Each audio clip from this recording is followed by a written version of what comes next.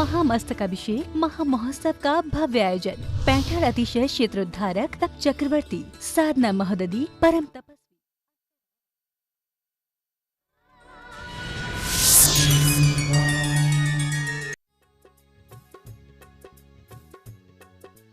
इस कार्यक्रम के पुण्यार्चक हैं जयंती परिवार अलवर राजस्थान।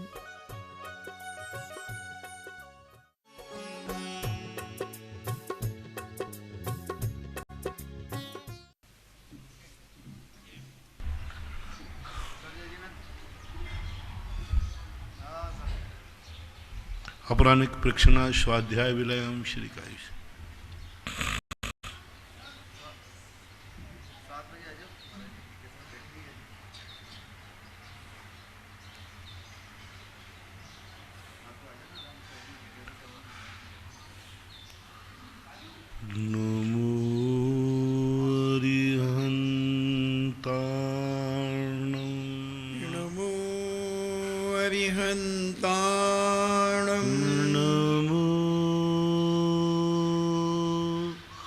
सिद्धार्णम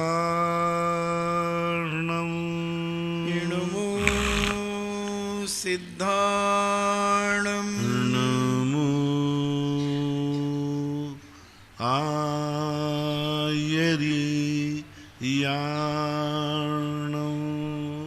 नमो आयर्याणम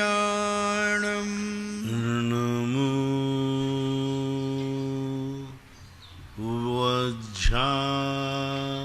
वज्झायाणम नमो उबज्झायाणम नमो लोये सव साहूर्णम नमो लोये सब्बे साहूर्णम। पंच परमेष्टि भगवान की जय। आचार्य श्री गुरुवर कुंद कुंद महाराज की जय। आचार्य श्री गुरुवर विद्यासागर महाराज की जय। परम पूजनीय निर्व्यापक श्रवण मुनि श्री सुधा सागर जी महाराज की जय। चुल्लक श्री गंभीर सागर जी महाराज की जय। सब साइड में बैठ जाओ एक साथ। पास श्रीमती नमिता जैन महावीर नगर कोटा से पूछती हैं, आगम में 5 प्रकार के जैनाभास कहे हैं महाराज जी, तो वे कौन कौन से हैं? जैनाभास जो है अनेक प्रकार के बनाए जाते हैं, जैसे प्रमाणाभास है, नयाभास है, भयाभासी है। इस प्रकार से जैसे प्रमाण को मानते हैं कई लोग, नए को मानते हैं, क्रियाभाव में भूल करते हैं। इस प्रकार नए और प्रमाणों में भास का अर्थ होता है सम्यक रूप से जो कथन है उनको आभास रूप में मानना। तो इस प्रकार से जैनाभासी क्रियाओं के भास में, तत्व के भास में ऐसा मान लेना चाहिए। श्रीमती चंदा जैन आष्टा से पूछती हैं, गुरुदेव नमोस्तु, मैत्री, प्रमोद, कारुण्य, माध्यस्थ आदि ये भावनाओं का चिंतन करने से क्या फल प्राप्त होता है?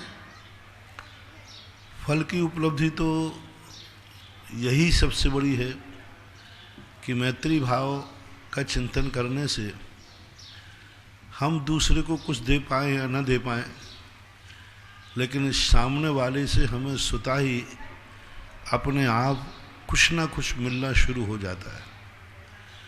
करुणा भाव से हम सामने वाले का जीवन बचा पाए या ना बचा पाए, लेकिन स्वयं के जीवन में बहुत बड़ी उपलब्धि हो जाती है। सपोर्ट कीजिए, जैसे भगवान पारसनाथ भगवान हुए, उन्होंने करुणा भाव दिखाया एक नाग नागिन के प्रति, वे उसको बचा नहीं पाए। विचारनी बात देखें, कई लोग कहते महाराज जी धर्म की क्या शक्ति है, देखो धर्म कर रहा था उस व्यक्ति के लिए, इतनी बड़ी शक्ति होने के बाद भी लोग कहते हैं कि महाराज शांति धारा कराई फिर भी वो मर गया, नमोकार मंत्र पढ़ा तब भी मर गया, विधान कराया तब भी मर गया, वो शिखर जी की यात्रा पर जा रहा था मर गया।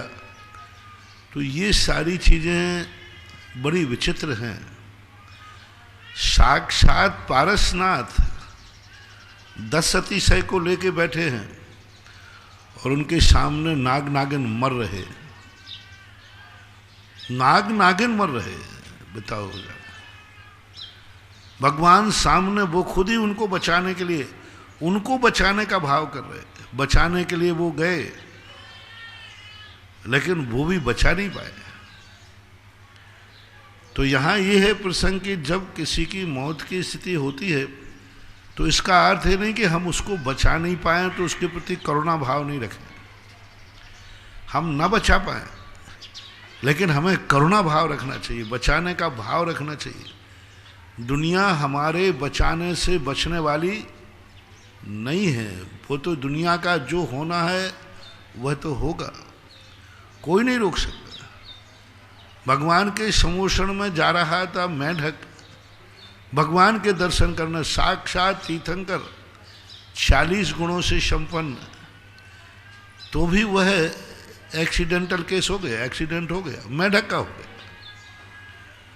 अब इतनी बड़ी शक्ति के साथ जा रहा था दर्शन करने, तो भी कोई जरूरी मत समझो कि हम वहीं करुणा करें जहाँ पर हम बचा सकें, नहीं। करुणा तो हमें करना ही है, चाहे हम बचा पाएं या न बचा पाएं। पारसनाथ जानते थे अवध ज्ञान से कि ये नाग नागिन बचने वाले नहीं हैं, और जब बचने वाले नहीं हैं तो उन्हें बचाने का प्रयास क्यों किया, पुरुषार्थ क्यों किया। अपन लोग तो ठीक है, जानते नहीं हैं, ज्ञान नहीं होता, वो तो अवध ज्ञानी थे, वो तो जानते गए थे कि ये बचने वाले नहीं हैं। फिर भी सब पारसनाथ कहते हैं वो बचे या नहीं बचे, हमें करुणा तो दिखाना पड़ेगी, हमें करुणा भाव तो दिखाना पड़ेगा। हमारा तो करुणा भाव रहेगा, वो बचे या नहीं बचे हम बचाने का भाव करेंगे।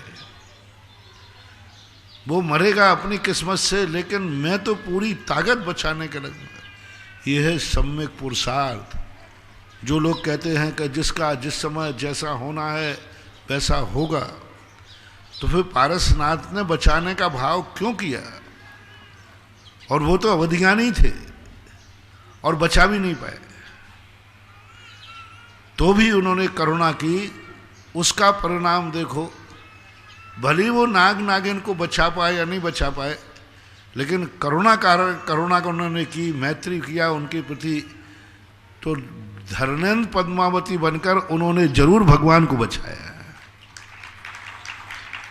यानी दूसरे के प्रति हम करुणा भाव करते हैं तो हमको उसको कुछ सुख दे पाए या ना दे पाए, लेकिन वो जरूर हमें सुख देता है।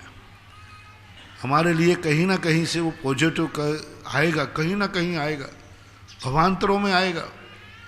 इसलिए हमारे लिए सदा जीवों के प्रति मैत्री भाव, करुणा भाव रखना चाहिए। प्रमोद भाव से जब किसी के प्रति, गुणों के प्रति हम भाव करते हैं तो हम भले उसको कुछ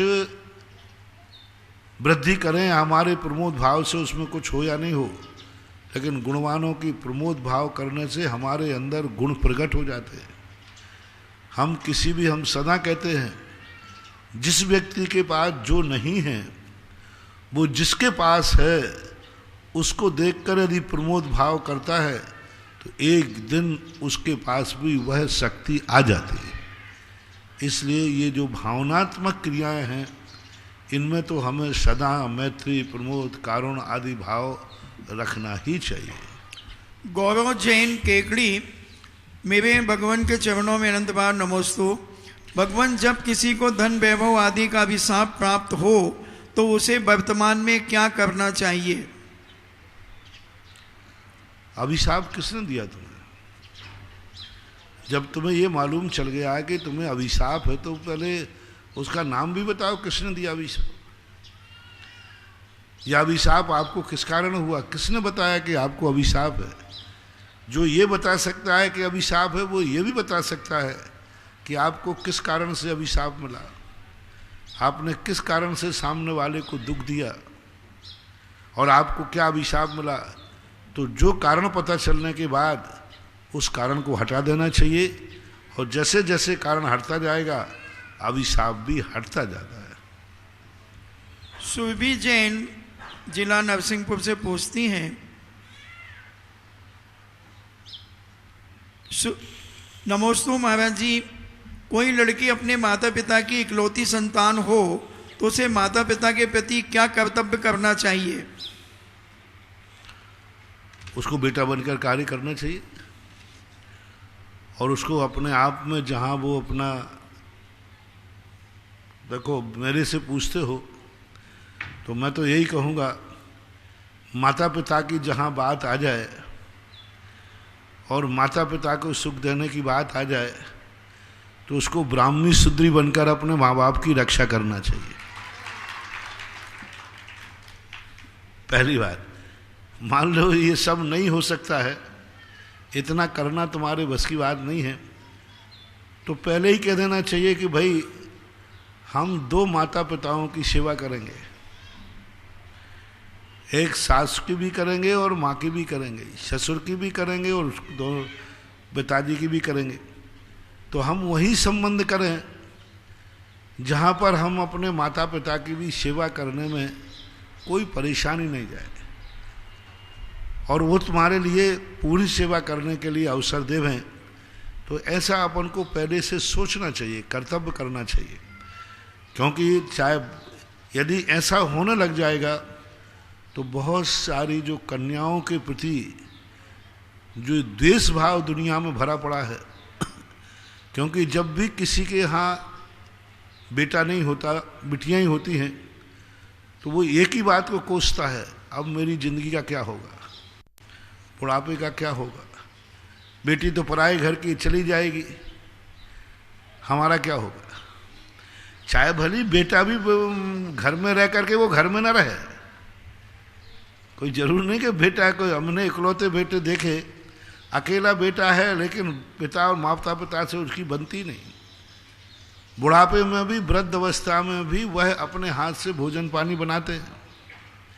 लेकिन एक 90% जो सामान्य धारणा है कि बेटी तो पराए घर जाएगी, हमारा क्या होगा।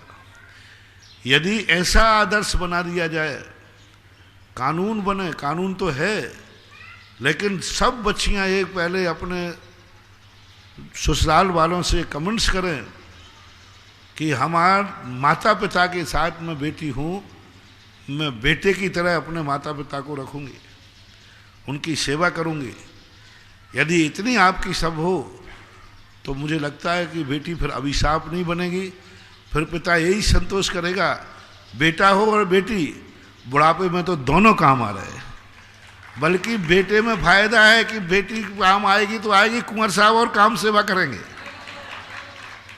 हाँ, और बच्चों से भी मेरा कहना है कि ऐसी बेटियां यदि मिल जाएं तो उनको नकारना नहीं चाहिए, स्वीकार करना चाहिए कि कोई बात नहीं, हमारे माता पिता की सेवा सही या हमारी पत्नी के माता पिता की सेवा सही, बस शर्त एक है। लेकिन आप अपने माता, कई बच्चियों के लिए ये सुनकर के बड़ा गलत अर्थ ले लेंगे, आप अपने माता पिता की सेवा तो करो और सास ससुर को फूटी आंख से भी नहीं देखो, तो मामला गड़बड़ है। हाँ, कई ऐसे होते हैं, साहब मैं अपने माँ बाप की इकलौती बेटी हूँ तो मुझे तो अपने माँ बाप की सेवा, तो भाई ये सास ससुर की पहले सेवा कर। ऐसा नहीं कि सास ससुर की तो उपेक्षा करे, सास ससुर की तो सेवा नहीं करे, झगड़ा करे और अपने माँ बाप की सेवा करती है, तो ऐसी बहू के लिए कभी भी सुख उपलब्ध नहीं होगा। वो बहुत गलत कर रही है, जल में रहकर मगर से बैर कर रही है, सुखी नहीं होगी। माता पिता को जो सबसे पहले कन्या शादी होने के बाद प्रथम कर्तव्य है उसका कि वो अपने सास ससुर को खुश करे, उनकी सुख सुविधा पर ध्यान दे, उनको ऐसा महसूस कराए कि ये बहू नहीं आई है, बेटी आई है, और बेटे के समान उसको ऐसा एहसास कराए। पहला वरदान होना चाहिए। दूसरा वरदान उसको करना चाहिए कि अपने पति को इतना अनुकूल बनाए कि यदि उसके माँ बाप के पास कोई सेवा करने वाला नहीं है तो अपने माँ बाप की भी, ओरिजिनल माँ बाप की भी सेवा कर सके। ये व्यवस्थाएं, सामाजिक सुधार होना चाहिए। बहुत अच्छा प्रश्न है इस पर, लेकिन दोनों तरफ से गड़बड़ी होती है। अक्सर कर जा बच्चियां जो हैं अपने माँ बाप की सेवा तो करती हैं, अपने माँ बाप के पक्ष में तो रहेंगे, लेकिन वे सास ससुर के प्रति बड़ी उपेक्षा करते हैं। उससे परिणाम माहौल बिगड़ता है, कसाय भाव, बैर भाव बनता है। विजय जैन मुंबई से पूछते हैं, नमोस्तु महाराज जी, क्या वर्तमान भाव में मनुष्य की स्वतंत्र इच्छा से नए कर्म भी बनते हैं या पूर्व जन्मों के कर्मों के कारण वह स्वतंत्र होता है? कर्म तो नया और पुराना कुछ होता नहीं है, सब मिक्सिंग रहती है। कर्म जब बन जाता है तो पुराने कर्मों में जाकर के मिल जाता है, और वो अपने कर्मों को मिक्सिंग होकर के ही फिर उदय में आते। कुछ पुराने कर्म भी रहते हैं, कुछ नए भी रहते हैं। राजीव जैन शिवरार्थी अमर पाटन से, मेरे आराध्य गुरुवर सत्संग नमन। जीवन समय का यानी एक एक मिनट का उपयोग हम कैसे करें जीवन में, ताकि पाप से बच सकें और पुण्य का अधिक संचय कर सकें? अपनी दैनंदिनी को समझना चाहिए। अपने जीवन में अपने समय की कीमत करने के साथ साथ स्वयं की कीमत करना चाहिए कि मैं कौन हूँ। सबसे पहले अनुभूति में लाओ कि तुम्हें क्या अनुभूति होती है। सुबह उठ करके तुम्हें कैसा लगता है, तुम कौन हो। उठते ही तुम्हें लगा कि मैं एक बेटा हूँ, तो आपका तुरंत कर्तव्य है कि बेटे के कर्तव्य क्या है, वो मुझे करना है। सबसे पहले जाओ माँ बाप के पैर पड़ो, क्योंकि आपको अनुभूति क्या हुई कि मैं बेटा हूँ। तो अब बेटे के क्या कर्तव्य है वो आप देखिए। आपको अनुभूति हुई कि मैं एक पिता हूँ उठते ही, तो सबसे पहले आपको देखना चाहिए आप पिता होने के नाते आपका क्या कर्तव्य है। सबसे पहले बेटों के प्रति देखो, वो उठे या नहीं उठे, वो अपना होमवर्क किया या नहीं किया, वो व्यवस्थित ढंग से है कि नहीं, वो करिए। आपको उठते ही महसूस हुआ कि मैं एक जैन हूँ, महसूस हुआ कि मैं जैन हूँ, तो जैन श्रावक को उठ के क्या करना चाहिए, तुरंत आपको आपका अपना कर्तव्य करना चाहिए। क्योंकि मैं जैन श्रावक हूँ, उठते ही सबसे पहले मुझे भगवान का नाम लेना चाहिए, जाप करना चाहिए, स्नान करके अभिषेक पूजन करना चाहिए। हमारे कर्तव्य क्या है।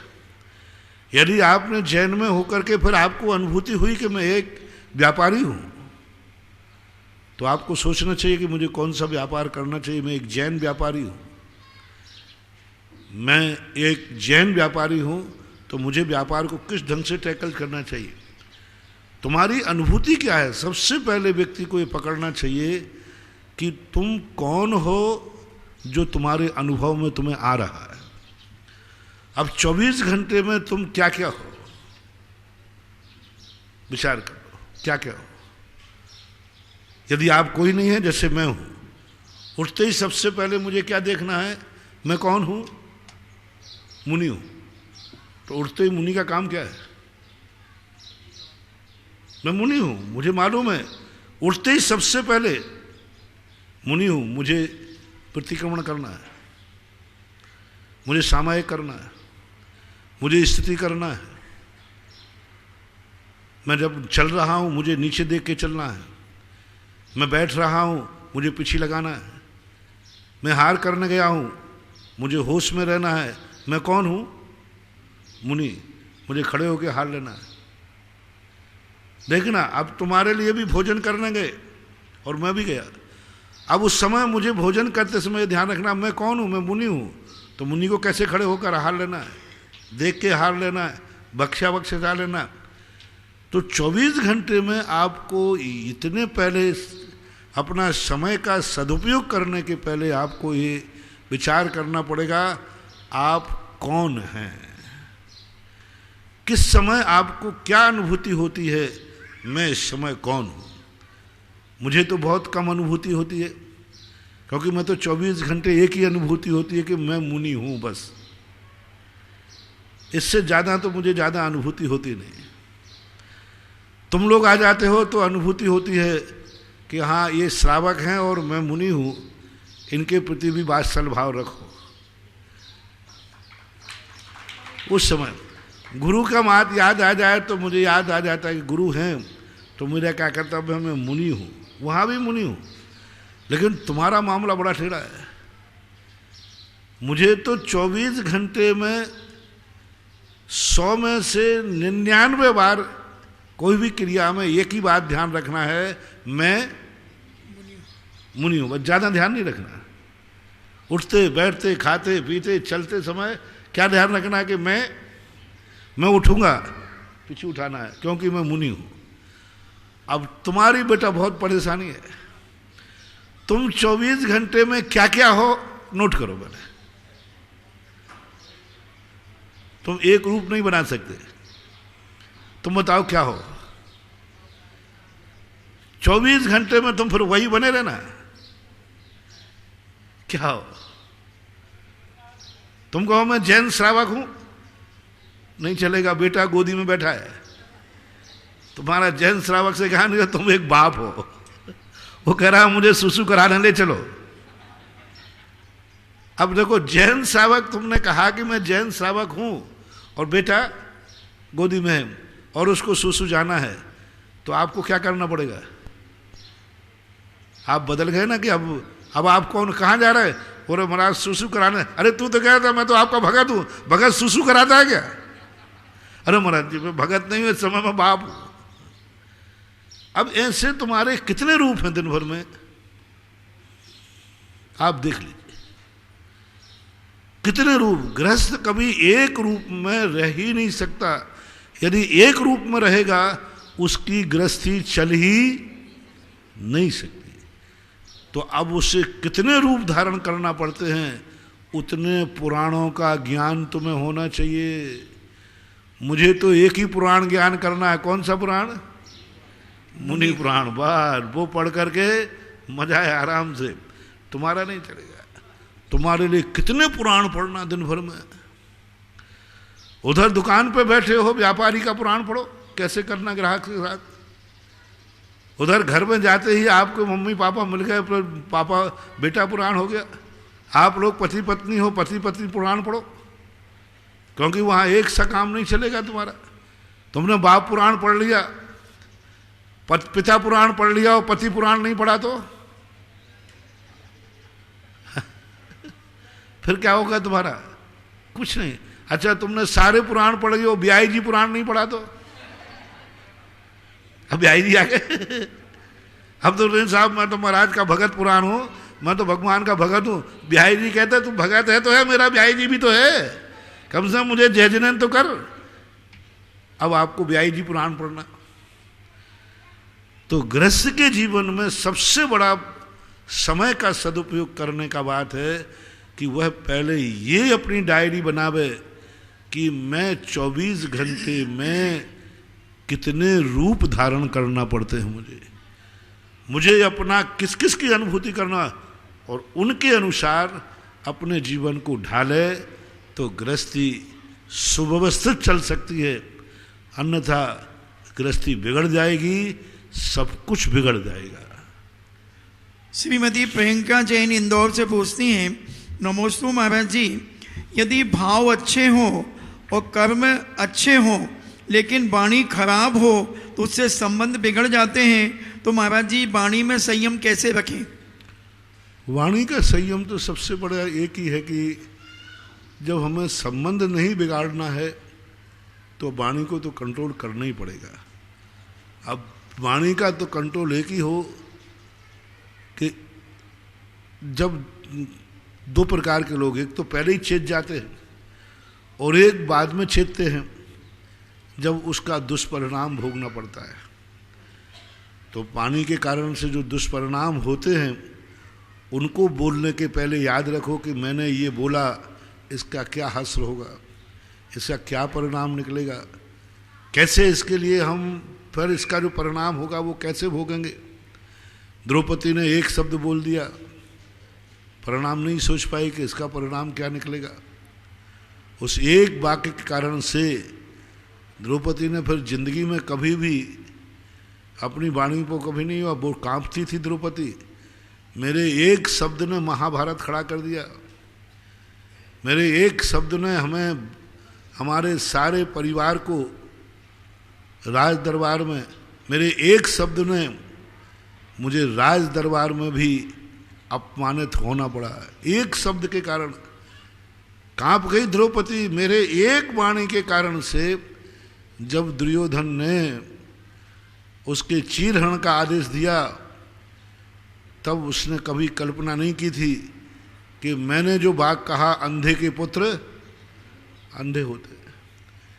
इसका हश्र ये होगा कि एक दिन दुर्योधन कहेगा, हम जब यहाँ अंधे बैठे हैं तो अंधे के सामने क्या नग्न और क्या वस्त्र।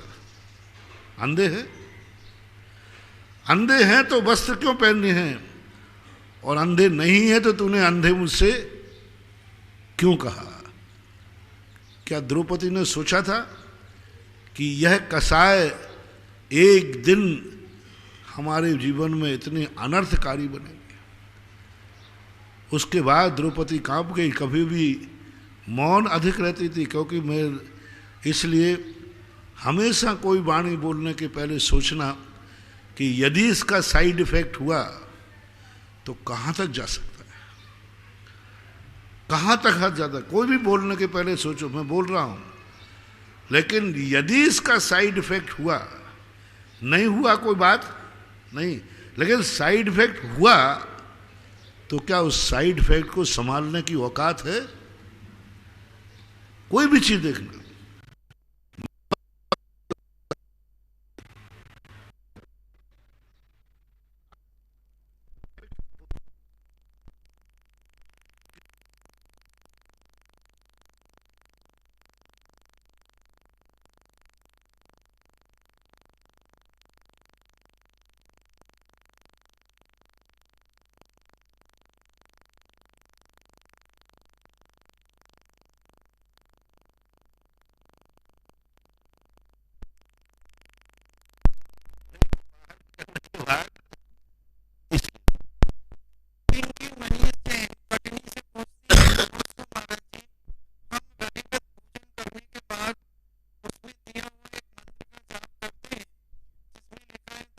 पद्मावती सही पाए, ये सब आता है, तो हमें ये बोलना चाहिए या नहीं बोलना चाहिए।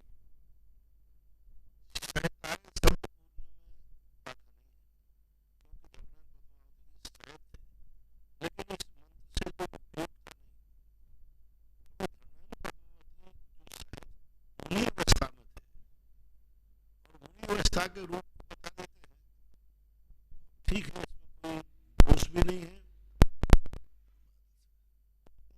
जैन बिजोलिया से पूछती है, नमोस्तु महाराज जी, जब पूरे विश्व के पाप कर्म का उदय चल रहा था, तब तपोदय तीर्थ क्षेत्र पर रहने वालों का सामूहिक पुण्य का उदय था, जो हमें आपका सानिध्य मिला और क्षेत्र की काया कल्प हो गया। महाराज जी, ऐसा क्या पुण्य था जब सारा विश्व कोरोना में डूब रहा? ठीक है, यही पुण्य था कि आप धर्म ध्यान कर रहे थे, शादियों के सानिध्य में थे। सौरभ जैन चौधरी शिवनगर जबलपुर से पूछते हैं, महाराज श्री अनंतो भाव नमोस्तु, त्रस स्थावर निगोदिया जीव कितने इंद्रिय होते हैं, वे कौन कौन से होते हैं? एक इंद्रिय होते हैं। कौन से? त्रस और स्थावर और निगोदिया। स्थावर जो है वो सब एक इंद्रिय होते हैं, जिन्हें निगोदिया पेड़ पौधे पृथ्वी जल अग्नि वायु कहते हैं, पंच स्थावर होते हैं। और दो इंद्रिय से त्रस माने जाते हैं, तो 2 इंद्रिय 3 इंद्रिय 4 इंद्रिय 5 इंद्रिय तक ये त्रस कहलाते हैं। प्रबल जैन चरगुआ से पूछते हैं, मेरे आराध्य गुरुवर को मेरे परिवार का से नमोस्तु, जिज्ञासा है कि कोई दुआ या बद्दुआ देता है तो क्या उसका फल सही में मिलता है? दुआ और बद्दुआ का फल तब मिलता है जब हमसे वो पीड़ित हो। यदि वो कसाय के वशीभूत दुआ बद्दुआ दे रहा है, उसका कोई प्रभाव नहीं पड़ता। कोई हमें कसाय के भर, हमारी कोई गलती नहीं है, हमारा कोई लेना, फिर भी हमारे प्रति द्वेष भाव रखता है, उसका कोई प्रभाव नहीं पड़ता। लेकिन हम यदि किसी को दुखी कर रहे हैं और वो दुखी हो रहा है और हम खुश हैं उसको दुखी देखकर, तो जरूर उनकी वर्गणाओं का प्रभाव पड़ता है और हमें वैसा कर्म का बंध होता है। पवन वंदना जैन सतना से पूछती हैं, नमोस्तु महाराज जी, जिस तरह स्निग्ध और वृक्ष गुण में 2 अधिक होने पर बंद होता है, उसी तरह ठंडा गर्म या स्पर्श के अन्य गुणों से भी कोई कार्य होता है क्या? नहीं, स्पर्श आदि गुणों में जितने 8 गुण हैं, स्निग्ध रूक्ष ही 2 पुद्गुलों को बंध में कारण हैं। स्पर्श बंध का कारण नहीं होता, गंध बंध का कारण है। 2 गंधें मिल सकती हैं लेकिन 2 गंधों में बंध नहीं हो सकता। एक गंध दूसरे गंध में समाहित हो जाएगी, और लेकिन अलग अलग अपनी पर्याय अलग अलग है, सब है, लेकिन जहाँ जो बंध की वर्षा है वो स्निग्ध रूक्ष से ही होती है। अन्य जो स्पर्श के गुण हैं उनसे बंध नहीं होता। स्पष्ट पूज्यवर पूज्यपाद स्वामी ने इस बात का संदेश संकेत सर्वार सिद्धि ग्रंथ में दिया कि बंध में मात्र स्निग्ध रूक्ष ही कारण है। हालांकि स्पर्श गुण में स्निग्ध रूक्ष आते हैं 8 में, लेकिन बंध की वक्षा में स्निग्ध रूक्ष ही बंध को प्राप्त होता है। देशनोदय तीर्थ क्षेत्र चौलेश्वर पर विराजमान 32 वर्षों से अनवरत जिज्ञासा समाधान कराने वाले निर्यापक शमण मुनि पुंगव श्री सुधा सागर जी महाराज के चरणों में जिनवाणी व सुधा कलश के दर्शकों द्वारा बारंबार नमोस्तु नमोस्तु नमोस्तु। प्रथम जिज्ञासा के लिए आज के प्रथम शांतिधारा पुण्यार्जक श्री शांतिलाल जी पहाड़िया आमली जस्सू जी का खेड़ा, और दूसरी तरफ से पिंकी जी कासलीवाल किशनगढ़ कोटड़ी तैयार है। मेरे परम पूज्य गुरुदेव 108 श्री सुधा सागर जी महाराज के चरणों में नमोस्तु गुरुदेव, नमोस्तु गुरुदेव, नमोस्तु गुरुदेव। हे गुरुदेव, मेरी जिज्ञासा यह है कि अतिशय क्षेत्र पर एवं गुरु के मुखारबिंद से प्रथम अभिषेक एवं शांति धारा करने का जीवन में क्या महत्व है? देखो, ये सारी बातें 2 प्रकार से फलीभूत होती है। एक तो सामने वाला जो श्रद्धालु है उसकी आस्था कितनी मजबूत है, उनकी आस्था जिसके प्रति है वो प्रभाव। दूसरा, जो व्यक्ति कराने वाला होता है उसकी श्रद्धा कितनी है उस वस्तु के प्रति, उस शांति धारा के प्रति, वो कितनी उसमें साधक है, उसमें कितनी उसने साधना की है। तो इनका निमित्त नैमित्तिक प्रभाव पड़ता है।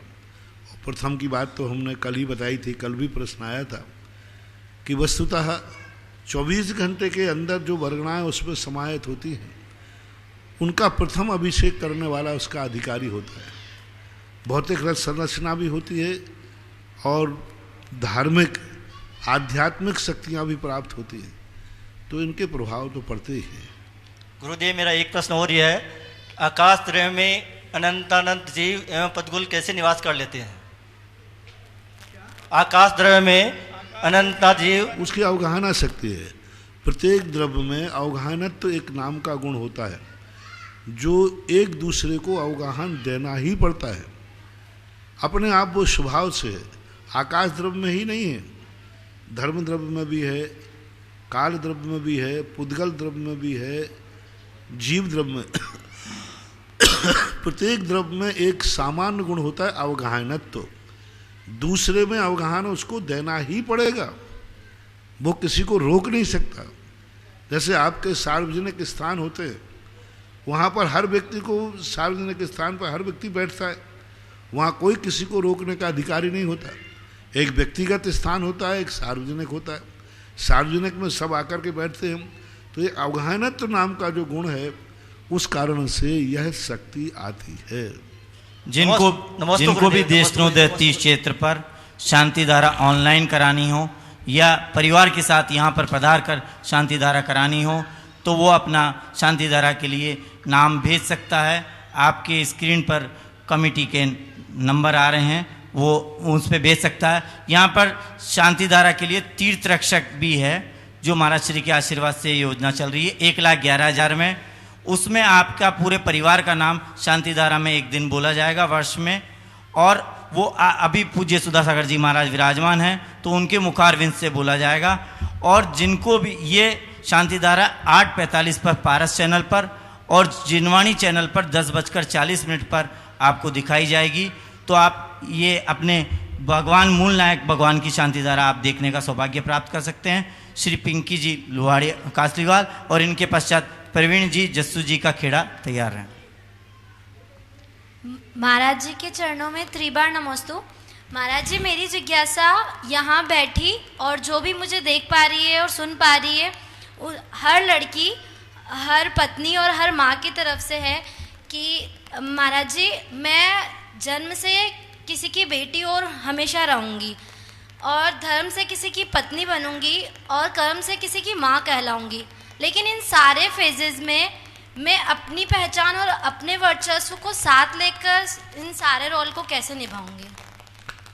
अपने वर्चस्व को हमेशा ध्यान रखना सबसे जरूरी। ये सब तो टाइटल है। तुम किसी की बेटी हो तो एक पिता तक, एक माँ तक तुम्हारी एक सीमा हो गई, एक बहुत सीमित हो गई।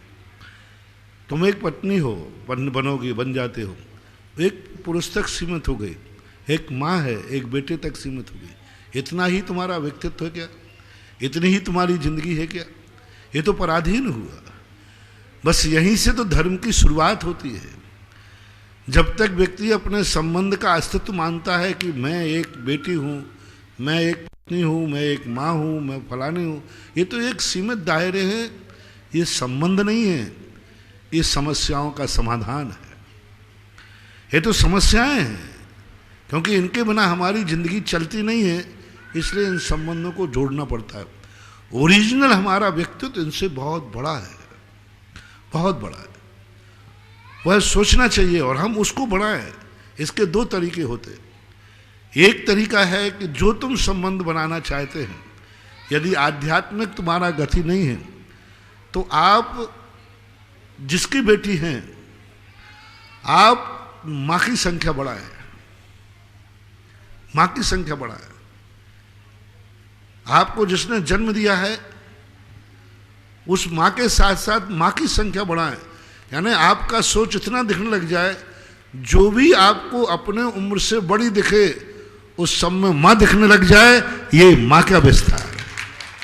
और इतना बड़ा विस्तार हो जाए, इतना बड़ा विस्तार है कि हर उम्र से बड़ी हुई नारी तुम्हें माँ का रूप दिखने लग जाए, माँ का रूप। इतना विस्तार तुम्हारे जीवन में हो जाए, तुम इतना अपने आप में यदि मान लो तुम्हें महसूस हुआ कि मैं एक बेटी हूँ, माँ हूँ, तो उस समय ऐसा विस्तार करना चाहिए कि सारा जगत के लिए मैं माँ बनकर के सुख दे सकूं। आपके जीवन के जिन विस्तारों में आप बनते हैं, उन विस्तारों का सभी संबंध विस्तार के योग्य नहीं होते। कुछ संबंध ऐसे होते जिनका विस्तार किया जा सकता है। जैसे जब हम किसी पर करुणा करें, उपकार करें, तो हमें ऐसा भाव लगे कि मैं अपनों पे ही नहीं, सारे जगत को अपना मान करके उपकार करूं। तो ऐसी स्थिति को लेकर के व्यक्ति अपना विस्तार बढ़ा सकता है और एक दिन इतना विस्तृत हो सकता है कि मैं किसी व्यक्ति का नहीं, मैं सारे जगत का हूँ और सारा जगत मेरा है। मेरे लिए जब महावीर ने दीक्षा ली तो माँ रोने लगी, बोले बेटा मैं रो रही हूँ, मैं तेरी माँ हूँ। बोले माँ मैं महावीर हूँ। त्रिशला कहती है तू महावीर नहीं, मेरा बेटा है ओरिजिनल। महावीर कहते नहीं माँ, मैं बेटा हूं आपका, लेकिन मैं महावीर हूं। तो बेटा और महावीर में अंतर क्या है? बोले जैसी तू कह रही है ना कि तू मेरे आंसू देख, तू दीक्षा लेगा मुझे दुख होगा। यदि मैं आंसुओं से दुखी होता हूं, इसलिए दीक्षा ले रहा हूं कि मैं कितने संसार के आंसू देख रहा हूं, वे आंसू में जब ही पहुंच पाऊंगा जब मैं दीक्षा लूंगा। अब यदि मैं तेरे आंसू पहुंचने के लिए रुकता हूं तो हजारों माताओं के आंसू नहीं पहुंच पाऊंगा। इसलिए तुम्ही ने खुद मेरे मां समाधान कर दिया। तू कैसा निर्दयी है, एक मां के आंसू पर तुझे दया नहीं आ रही। बस मेरी आत्मा भी कह रही है कि तू कैसा महावीर है, सारे जगत में आंसू हैं और तू एक मां के आंसू पहुंचने बैठा है। तो ऐसा एक विस्तार होना चाहिए। अपनी योग्यताओं को सीमित मत करो, एक व्यक्ति तक सीमित मत करो, उसको इतना विस्तार दो कि वो हमारी भुजाओं से भी पार होकर असीम की तरफ चला जाए। श्री प्रवीण जी जस्सू जी का खेड़ा और इनके पश्चात श्रीमती दीप्ति जैन दमोह तैयार हैं। मेरे आराध्य गुरुदेव के चरणों में मेरे व मेरे परिवार की तरफ से त्रिकाल नमोस्तु नमोस्तु नमोस्तु। हे भगवान, मेरी जिज्ञासा यह है कि वास्तविक धर्म क्या है? क्या धार्मिक क्रियाएं करना ही वास्तविक धर्म है? तो अनेक दूसरे धर्मों की धार्मिक क्रियाएं और हमारे धर्म की धार्मिक क्रियाओं में बहुत ज़्यादा अंतर है। वैष्णव धर्म की धार्मिक क्रियाएं अलग है, ईसाई धर्म की धार्मिक क्रियाएं अलग है, मुस्लिम धर्म की धार्मिक क्रियाएं अलग है। तो इनमें कौन से धर्म को वास्तविक माने, इस पे प्रकाश डाले ताकि लोग वास्तविक धर्म समझ सके। अभी आपको मैंने प्रश्न जवाब दिया था, आप कौन है? श्रावक। कौन श्रावक है? जैन श्रावक। बस, आपका धर्म जैन श्रावक है, आप जैन बनिए, जैन सीखिए। आप क्यों मुसलमान की चिंता करते हैं कि मुसलमान का क्या है? आपकी अनुभूति क्या है? मैंने इसलिए कितना बढ़िया प्रश्न दिया था कि सुबह उठ करके देखो तुम्हें क्या अनुभूति हो रही। यदि तुम्हें जैन की अनुभूति हो तो जैन नमोकार मंत्र पढ़िए। यदि तुम्हें अनुभूति हो रही कि मैं मुसलमान हूं तो नमाज पढ़िए। यदि आपको अनुभूति हो रही मैं ईसाई हूं तो चर्च जाइए। आपको अनुभूति क्या हो रही है? आपकी अनुभूति बताइए। तो कुछ जब कोई व्यक्ति निर्णय नहीं कर पाता तो उस समय यही सोचना चाहिए, मेरा कुलाचार क्या है, मेरी अनुभूति क्या है। क्या तुम अपने आप को मुसलमान की अनुभूति कभी तुम्हें हुई? तो फिर तुम क्यों चिंता कर रहे हो नमाज की? तुम क्यों चिंता कर रहे हो कि नमाज सही है कि नमोकार मंत्र सही है? सही वही है जिसकी तुम्हें अनुभूति होती है। यह व्यवहारिक धर्म कहलाता है। फर्स्ट एड कहलाता है। फर्स्ट एड में व्यक्ति वही जाने जो वो अनुभव करता है। एक तिरंज से शेर का बच्चा है, वो अपने को मानवता की अनुभूति नहीं कर सकता। वो कहेगा कि मैं शेर हूं और मैं शेरनी का बेटा हूं।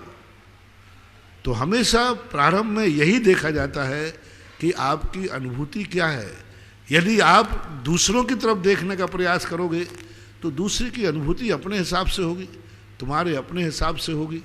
और फिर जब बहुत ऊंचे उठ जाओ तो फिर सब में बाजार में मार्केट करने जाते हो, 1000 दुकानों पर देख करके जब एक नारियल खरीदते हो तो हर नारियल को बजा के देखो ना, कौन सा ठोका है कौन सा खोटा है। श्रीमती दीप्ति जी जैन दमोह और इनके पश्चात श्री कुलदीप जोशी बांसवाड़ा तैयार हैं। मेरे आराध्य गुरु के चरणों में बारंबार नमोस्तु नमोस्तु नमोस्तु। महाराज जी, मेरा क्वेश्चन ये है कि अहंकार, ममकार, स्वाभिमान और अभिमान में क्या अंतर है? ये सब अपने अपने अलग अलग पहलू हैं। अहंकार एक व्यक्ति को आता है जब वो किसी को कुचलने का मन करता है, किसी को मिटाने का मन करता है। स्वाभिमान जब व्यक्ति में जागता है तो किसी को गले लगाने का मन करता है, किसी के चरणों में झुकने का मन करता है, किसी को उठा करके और उसको रास्ते पर लगाने का मन करता है। तो ये अहंकार और स्वाभिमान में दोनों में बहुत अंतर होता है। अहंकारी कुचलता है और स्वाभिमानी कुचले हुए व्यक्ति को भी उठा करके गले लगाता है। श्री कुलदीप जी जोशी बांसवाड़ा और इनके पश्चात कुमारी मिशेल जैन महुआ तैयार है। गुरुवर के श्री चरणों में नमस्तु नमस्तु बारंबार नमस्तु। मेरा प्रश्न महाराज जी ये है कि मैं एक बंजर भूमि में 100 बीघा वहाँ पर गौशाला चालू करना चाहता हूँ। उसके आसपास के लोग भी उसमें जुड़े और कार्य करने। क्या बंजर भूमि गौशाला संभव है? बंजर भूमि में, बंजर भूमि में देखो, सारी दुनिया बंजर और आबाद अपने ऊपर आश्रित है, मेहनत के ऊपर पर। एक यहाँ रावत भाटा है, रावत भाटा के बाद एक काला कुआ है, काला खेत। एक घनघोर जंगल, पथरीली जगह। और जंगल जब पथरीली होती है तो पथरीली जगह के लिए जो किसी काम की नहीं थी, कुछ व्यक्तियों ने मन बनाया कि जहाँ मिट्टी होती है, पानी होता है, सब कुछ होता है, वहाँ तो दुनिया हरियाली कर देती है, लेकिन हम बंजर को भी हरियाली बनाएं, आज वो काला खेत एक अनार के बगीचे के रूप में तब्दील। पांडव जैसी शक्ति चाहिए, खांडप्रस्थ को इंद्रप्रस्थ बनाया जा सकता है। खांडप्रस्थ दिया गया था पांडवों के लिए इसलिए कि खांडप्रस्थ एक ऐसा जंगली एरिया था जो कभी आबादी एरिया बनाया ही नहीं जा सकता था, लेकिन पांडवों ने मिलकर के खांडप्रस्थ को ऐसा बनाया कि हस्तिनापुर मिट गया। खांडप्रस्थ आज भी दिल्ली के रूप में प्रसिद्ध है। जो हस्तिनापुर मानता था दुर्योधन के, हस्तिनापुर एक वो व्यवस्थित, सुव्यवस्थित, सुरक्षित स्थान है जो कभी मिट नहीं सकता। आज वो हस्तिनापुर जिला भी नहीं है, शायद जिला भी नहीं, मेरठ जिले में आता है। मेरठ में आता है। हस्तिनापुर एक दिन गद्दी थी, जिस गद्दी के लिए कौरव और पांडव लड़ मरे और अभेद्य थी। आज की तारीख में वह एक जिला भी नहीं है, एक तहसील भी नहीं। और दिल्ली जो खांडप्रस्थ था, जिसको लोग समझते थे यहाँ कभी राज्य हो ही नहीं सकता, कभी आबादी हो ही नहीं सकती, लेकिन उस खांडप्रस्थ को भी ऐसा बनाया कि आज कल युग में भी वह देश की राजधानी है। दिल्ली ही इंद्रप्रस्थ है।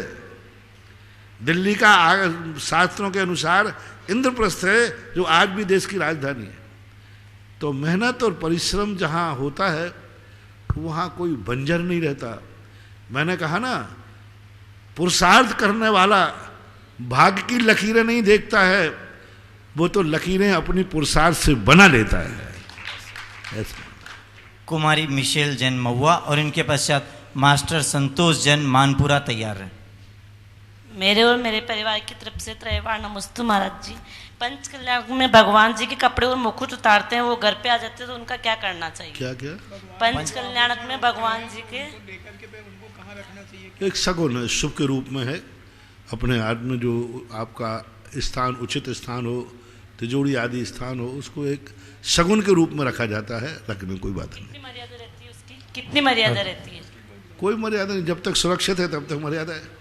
जब वो सुरक्षित खत्म हो जाए, टूट जाए, फूट जाए, सोने का है पुनः करा लो, और जो नहीं है उसको फिर विसर्जित कर देते हैं, संस्कार कर देते हैं। संतोष जी मानपुरा, इनके पश्चात श्रीमती सुशीला जैन महुआ तैयार।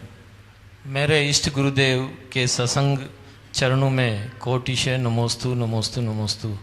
महाराज श्री, मेरी जिज्ञासा इस क्षेत्र से संबंधित ही है कि अब तक हम लोग जो काछोला और राजगढ़ से आते हैं तो इस दक्षिण पश्चिम वाले रास्ते से चढ़ते आए हैं, पर मेरी जिज्ञासा मैं ये जानना चाहता हूँ कि सारे क्षेत्र के लोगों को इस बात का लाभ मिले कि क्या हम इस रास्ते आ रहे हैं वो ठीक है या हमें उत्तर पूर्व के रास्ते से ही आना चाहिए।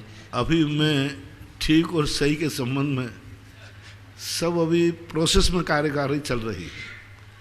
अभी पूरा 1400 से जांच मशीन पर रखा हुआ है। जय हो। अभी पूरी जांच मशीन की, क्योंकि एक बीमारी होती है छोटी मोटी बीमारी, और वो एक सीरियस कोई मरीज होता है जिसके बीमारियों की गिनती ही नहीं हो, इतनी बीमारियां हो, और बीमारियों में भी ऐसी नई नई बीमारियां हो, उनके लिए जांच मशीन पर जाने में टाइम लगता है। अभी पूरा का पूरा 1400 से पूरा जांच की प्रोसेस में चल रहा है, जांच मशीन में है। अब जांच के बिना कोई दवाई देना खतरे से थोड़ा ठीक नहीं।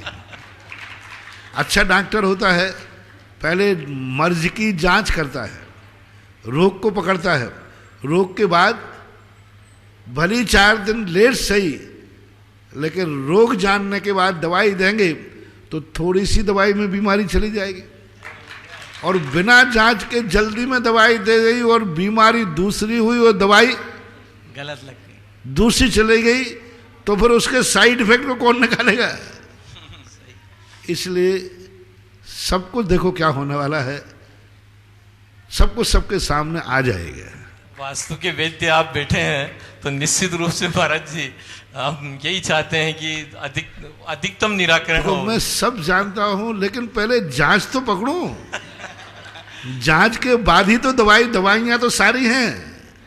मर्ज है तो दवाई भी है, लेकिन पहले मर्ज की सारी स्थितियां समझना जरूरी है। नमस्ते। देशनोदय तीर्थ क्षेत्र पर चौलेश्वर पर जो भी यात्री आ रहे हैं उनके भोजन की व्यवस्था कमेटी मतलब पुण्यार्जकों के द्वारा हो रही है।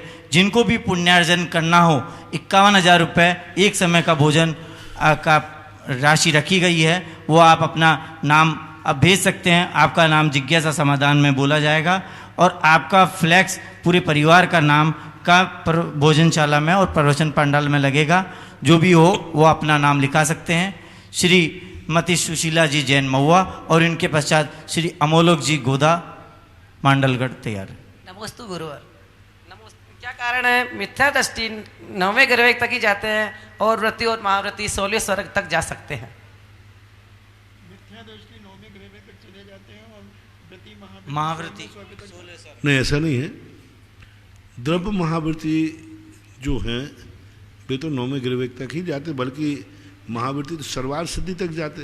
नहीं महाराज जी, अभी पंचम काल मतलब पंचम काल के तो कोई भी जीव 9वें ग्रह से जा ही नहीं सकता। पंचम काल में चाहे श्रावक हो चाहे मुनि हो 16वें स्वर से ऊपर कोई जा ही नहीं सकते। यहाँ जो 16वें स्वर की जो बात कही गई है, मिथ्या दृष्टि भी यदि चौथे काल में या विधेय क्षेत्र में आज भी यदि कोई श्रावक देशवृत्ति है और मिथ्या दृष्टि है, अभव्य है, वो भी 16वें स्वर तक ही जाएगा। कोई मुनि महाराज हैं, महावृत्ति हैं, मिथ्या दृष्टि हैं, अभव्य हैं, तो भी वे 9वें ग्रह तक जाते हैं। तो वर्तमान में तो स्थिति पंचम काल है इसलिए ठीक नहीं, लेकिन महाव्रतों का अर्थ तो वहाँ द्रव्य व्रतों से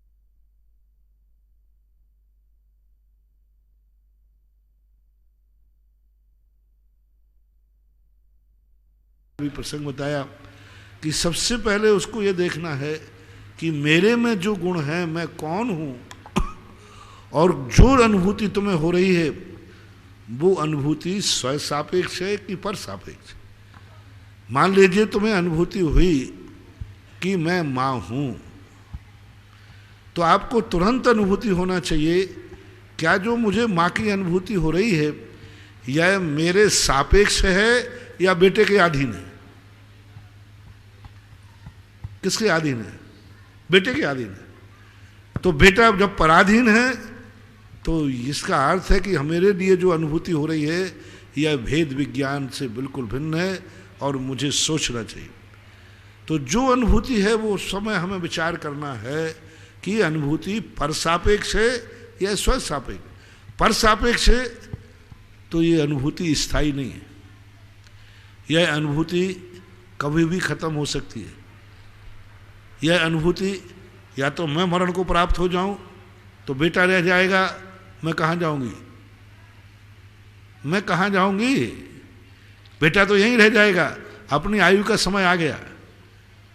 और तुम्हारे लिए अनुभूति माँ की थी, तुम बेटे को साथ ले जाओगे कि वहां बेटा ढूंढोगे?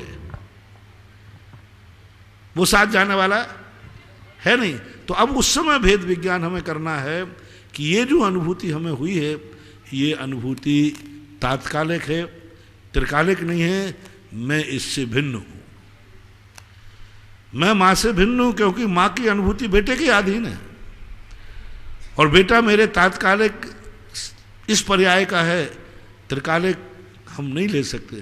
तो इस प्रकार के तत्व चिंतन करने से भेद विज्ञान पहले विचारों में आता है फिर अनुभव में आता है। श्री अमोलक जी गोदा कोटा मांडलगढ़, इसके पश्चात श्री वसंती देवी कोटा तैयार है। मेरे आराध्य गुरु भगवंत के चरणों में मेरा और मेरे परिवार की ओर से बारंबार नमोस्तु नमोस्तु नमोस्तु। गुरुदेव, मेरी जिज्ञासा आज के जिज्ञासा समाधान सत्र से ही है।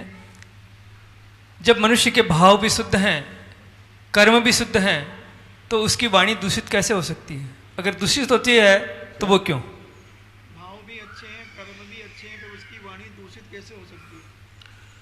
कभी कभी वाणी में क्या होता है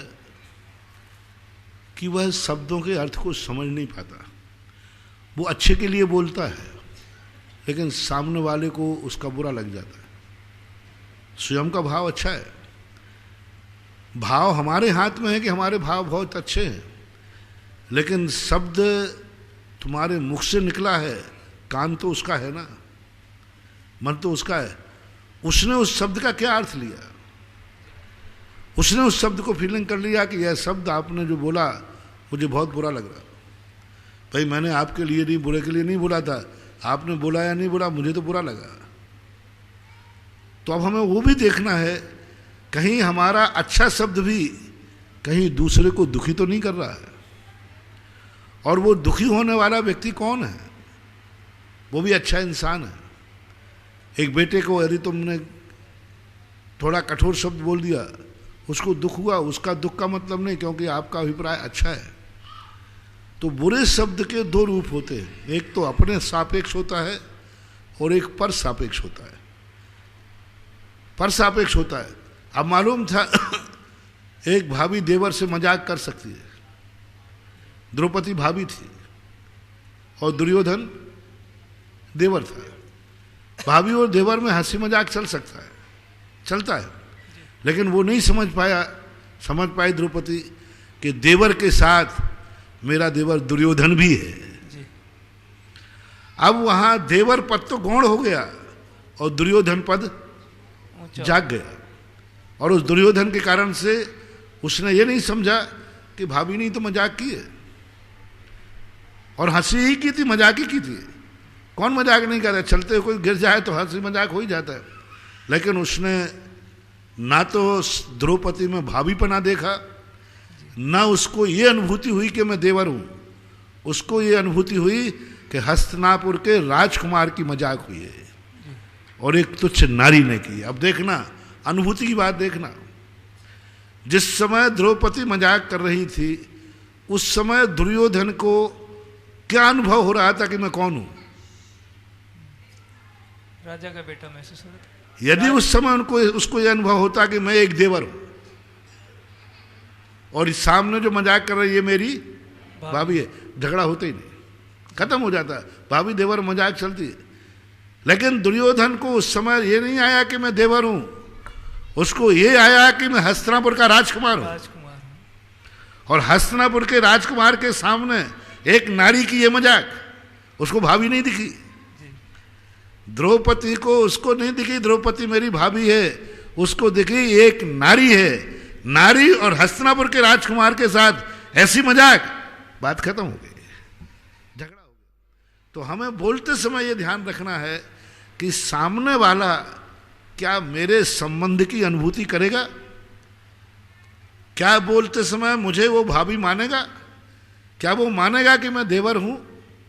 नहीं मान पाया। तो कई बार ऐसा हो जाता है, समझने के अभाव में वो कुछ और समझते हैं, वो कुछ और निकल जाता है।